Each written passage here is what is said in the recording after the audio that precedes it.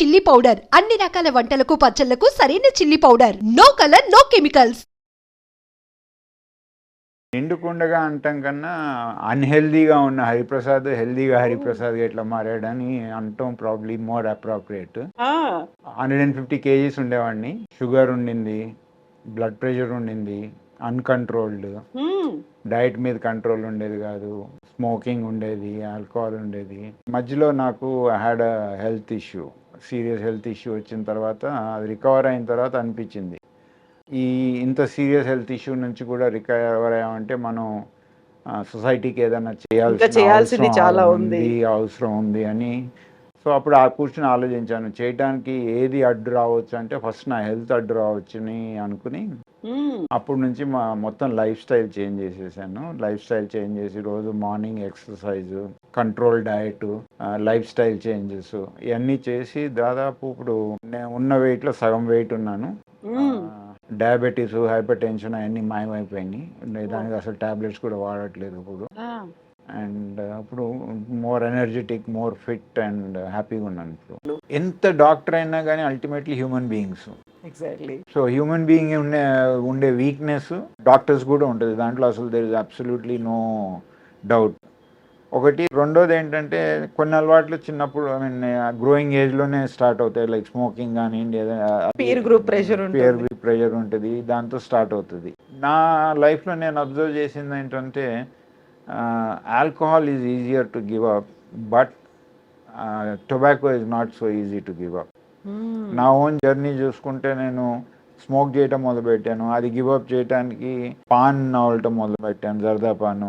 అది గివప్ చేయడానికి ఇది వచ్చేది టొబాకో చూ చేయటం మొదలుపెట్టాను. చివరికి నికోటిన్ గమ్ అని వచ్చింది మార్కెట్లో.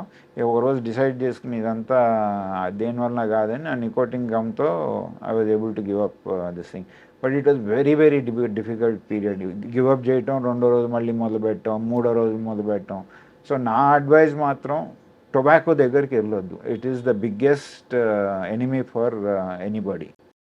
ఒకసారి అలవాటు అయిందంటే మాత్రం గివప్ చేయడం చాలా చాలా కష్టం. మీకు ఎంత టైం పట్టింది డాక్టర్? దాదాపు ఒక గివప్ చేద్దామని డిసైడ్ చేసుకున్న తర్వాత 10 years పట్టింది నాకు కంప్లీట్లీ గివప్ చేయడానికి. And you know very well, doctor గా తెలుసు, అన్నీ తెలుసు. అందుకనే గివప్ చేయడానికి ఎక్కువ అగ్రెసివ్గా చేసాము. ఎంత అగ్రెసివ్గా చేసినా కానీ దాని అడిక్షన్ ఎట్లా ఉండిందంటే ఏదో ఒక సిచ్యువేషన్లో మళ్ళీ స్టార్ట్ అయిపోయేది. స్టార్ట్ చేసిన తర్వాత మళ్ళీ ఏదో ఒక సిచ్యువేషన్లో స్టార్ట్ అయిపోయేది. సో ఆ రకంగా that is a strong advice from my life for everybody.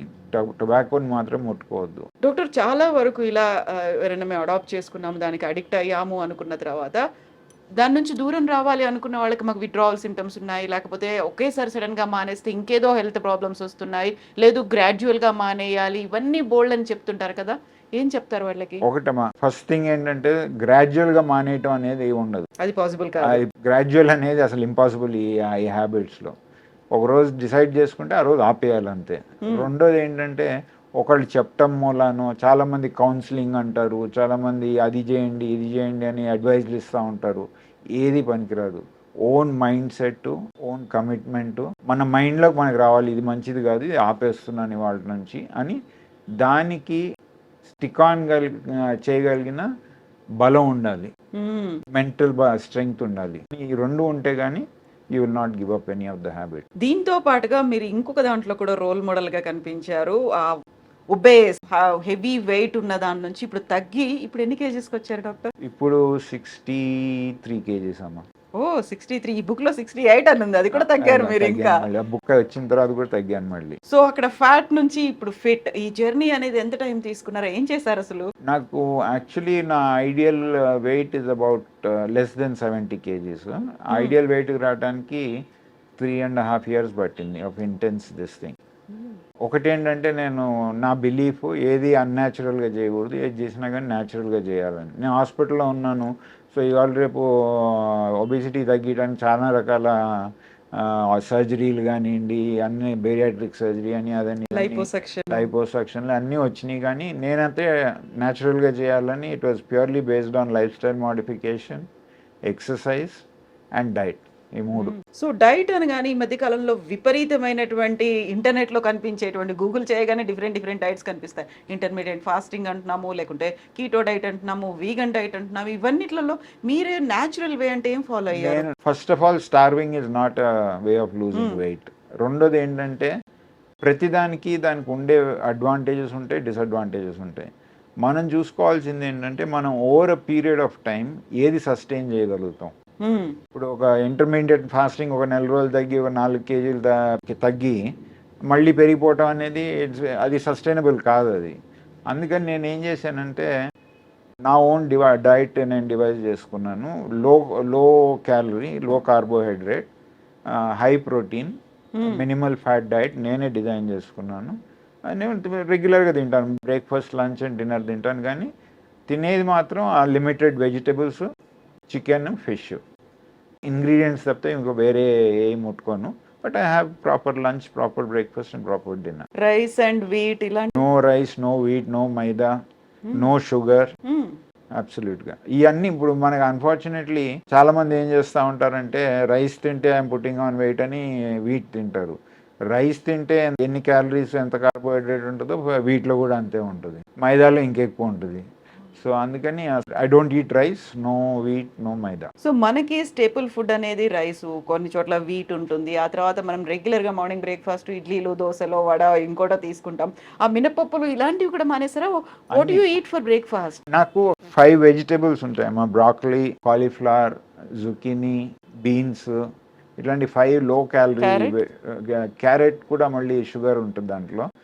Anything which gross under the ground has starch and sugar in it. Even you avoid beetroot కూడా. సో ఈ 5 వెజిటేబుల్స్, దాని తర్వాత లీన్ మీట్, చికెన్, ఫిష్, ఈ మన diet అంతా మా ఈ morning breakfast, lunch ఈ వెజిటేబుల్స్, ఈ మీట్స్తోనే డిఫరెంట్ ప్రిపరేషన్ చేసిస్తాం. మటన్ కూడా ఉండదు. మటన్ కూడా అండ్ యూ యాడ్ ఎగ్ అందులో ఉంటుంది. ఎగ్ వైట్ ఉంటుంది. ప్రోటీన్ ఎల్లో కాదు, ఎల్లో ఉండదు. అండ్ దెన్ వాట్ అబౌట్ మన మజ్జిగ కావచ్చు, కర్డ్, లేకపోతే పనీర్? నాకు ప్రాబ్లం ఏముండిందంటే మెయిన్గా ప్రతి మీల్కి నాకు ఇది మీగడ అంటారు కదా, పెరుగు మీద ఉండేది, అది బాగా తినే అలవాటు ఉండేది బాగా. సో అది మానేయాలంటే నేను డిసైడ్ చేసుకుంది ఏంటంటే వీగన్ అయితే కానీ అవి మానేయలేము అని ఒక 1 year వీగన్గా ఉన్నాను. దాంతో అలవాటు పోయింది. అలవాటు పోయిన తర్వాత నో మిల్క్ బేస్డ్ ప్రొడక్ట్స్. దాని తర్వాత అసలు మళ్ళీ ఆలోచన రాలేదు. దాని తర్వాత ఆ క్రేవింగ్ కూడా లేదు ఇప్పుడు. సో గ్రీన్ టీ అని అంటారు డాక్టర్, గ్రీన్ టీ తాగొచ్చా? ఏ ఫామ్ లో గ్రీన్ టీ అనేది కూడా? ఇప్పుడు ఏది మంచిది, ఏది చెడ్డది అనేది లెస్ ఇంపార్టెంట్. ఏది చేసినా కానీ విత్ ఇన్ లిమిట్స్ చేస్తే మంచిది. Green tea is fine, black coffee is fine without sugar, without milk. Black tea is good without sugar, without milk. ఏదన్నా దీంట్లో ఉండే ప్రాబ్లమ్స్ ఏంటంటే ఎప్పుడు వచ్చినా కానీ వచ్చేది రైస్, మన స్టేపుల్ ఫుడ్తో రైస్ కానివ్వండి, వీట్ కానివ్వండి, షుగర్ కానివ్వండి మనం ఎక్కువ వాడుతూ ఉంటాం. దాని తర్వాత ఆయిల్స్, అన్రిఫైన్డ్ ఆయిల్స్ ఎక్కువ వాడుతూ ఉంటాం. ఫ్రైస్ అవన్నీ చేస్తూ ఉంటారు కదా, దాంట్లో ఉండే డేంజర్స్ ఇంకా వేరే దాంట్లో రావు. సో అవి అవాయిడ్ చేయటం ఇంపార్టెంట్. సో ఈ నైట్ ఎప్పుడు కంప్లీట్ చేస్తారు మీ మీల్ని? ఎప్పుడు పడుకుంటారు? ఈ స్లీప్ కూడా చాలా ఇంపార్టెంట్ రోల్ ప్లే చేస్తుందండి. నేను ఇటువరకు బాగా ట్రావెల్ చేసేవాడిని నేను ప్రొఫెషనల్గా. సో ఎక్కడికైనా వెళ్ళి రావాలంటే హైదరాబాద్ లక్కీగా ఏంటంటే ఇటు సో వెల్ కనెక్టెడ్, పొద్దున్నే వెళ్ళి సాయంత్రం వచ్చేయచ్చు. సో పొద్దున్నే ఫ్లైట్కి వెళ్ళేవాడిని, రాత్రి లేట్ నైట్ ఫ్లైట్కి వచ్చేవాడిని. ఇక ఆ రకంగా అసలు స్లీప్ మీద అసలు కంట్రోల్ ఉండేది కాదు, డైట్ మీద కంట్రోల్ ఉండేది కాదు, తర్వాత టైమింగ్స్ అనేవి ఉండేవి కాదు. ఇప్పుడు ఇది చేంజ్ అయిన తర్వాత క్లాక్ లాగా తయారైపోయింది అనమాట. 8:30 breakfast, 12:30 lunch, 7:30 dinner, 9 in the bed, 4:30కి లేగుస్తాను, 5 ఇన్ ద జిమ్. క్లాక్ లాగా తయారైపోయింది. అదే ప్రపంచంలో ఎక్కడున్నా కానీ అదే ఫాలో అవుతూ ఉంటాను.